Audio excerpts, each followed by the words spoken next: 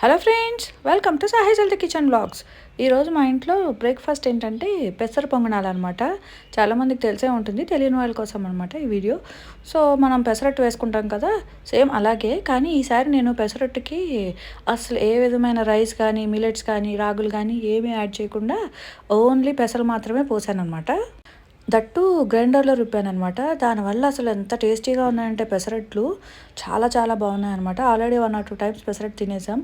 So ఇంకా ఈసారి పెసర పొంగనాలు వేసుకోవాలనిపించింది అనమాట. సో సేమ్ అదే బ్యాటర్ తోటి మనం ఇట్లా అల్లము, పచ్చిమిర్చి, అలాగే జీలకర్ర ఇవి సన్నగా కోసేసుకుని ఇలా పొంగనాల్లాగా వేసేసుకుని సేమ్ అదే పిండితోటి పైన ఇలా వేసుకున్నామంటే క్రిస్పీగా ఇవి మధ్య మధ్యలో తగులుతూ అసలు ఎంత బాగున్నాయంటే అంత బాగున్నాయి అనమాట. డెఫినెట్గా ట్రై చేయండి, చాలా చాలా బాగుంటాయి. రొటీన్గా తినే వాటికన్నా ఇట్లా డిఫరెంట్గా పొంగనాల్లాగా చేసుకుని తింటే మనకు కూడా బాగుంటుందన్నమాట. అలాగే క్రిస్పీగా ఉండేటప్పటికీ మనకి తినాలనిపిస్తుంది అనమాట. ఇది one of the healthiest breakfast అనే చెప్పొచ్చు. పెసరట్టు ఎంత అయితే హెల్దీనో ఇది కూడా అంతే, కానీ ఆయిల్ తక్కువ వేసుకోవాలన్నమాట.